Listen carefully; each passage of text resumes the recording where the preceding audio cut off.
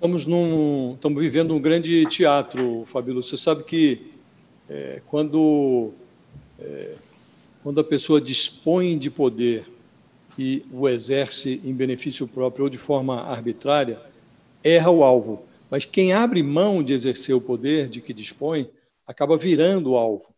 Desde que foram desmoralizados pelo Bolsonaro, com a edição do decreto que perdoou a pena de quase 9 anos de cadeia imposta ao Daniel Silveira, os ministros do Supremo Tribunal Federal, eles passaram a atuar mais como articuladores políticos do que como magistrados.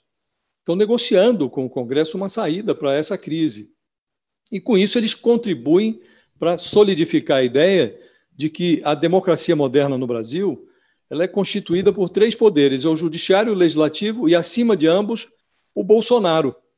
Eu conversei com 2 líderes de partidos que exercem uma influência grande na Câmara e no Senado. Um deles disse que procurou 2 ministros do Supremo para tentar desarmar essa crise. O outro disse que foi procurado por um ministro do Supremo. Pelo lado do Supremo, estão participando dessas conversas políticas pelo menos 3 ministros. O presidente do tribunal, o Luiz Fux, o decano, que é o Gilmar Mendes, e o ex-presidente do tribunal, que é o Dias Toffoli.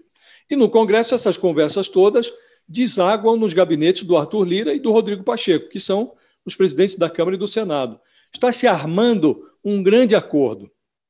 Nesse acordo, o Bolsonaro teria o seu decreto avalizado pelo Supremo, a pena de prisão e de multa seriam perdoadas dessa maneira, o Legislativo reafirmaria o poder de dar a palavra final quanto à cassação do mandato e o Supremo manteria de pé a pena subsidiária da inelegibilidade. O Silveira não iria para a cadeia, a Câmara empurraria com a barriga a análise sobre a perda do mandato do deputado e a Justiça Eleitoral impediria lá na frente o Daniel Silveira de concorrer ao Senado, como ele pretende. Em tese, esse acordão contempla todas as partes, mas, na prática, ele atende apenas aos interesses do Bolsonaro. O presidente já está se equipando para o próximo lance.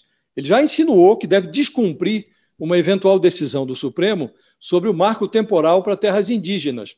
No caso do Daniel Silveira, o alvo do Bolsonaro é o relator, o Alexandre de Moraes, que vai assumir a presidência do TSE em agosto. No caso dos índios, do marco temporal das terras indígenas, o relator é o Edson Fachin, que é o atual presidente do TSE. Então, para o Bolsonaro, essa divergência com o Supremo é apenas uma preliminar da briga que ele planeja travar com a Justiça Eleitoral no final do ano, depois da eleição. E o Legislativo e o Judiciário, eles demoram a notar que estão fazendo o papel de poderes impotentes num teatro confuso em que o protagonista é um presidente da República destrambelhado, e o coadjuvante é um deputado que defende o AI-5 e o epílogo disso tudo é uma crise que estilhaça a democracia. Essa é a cena, é o cenário que nós estamos vivendo, Fabíola.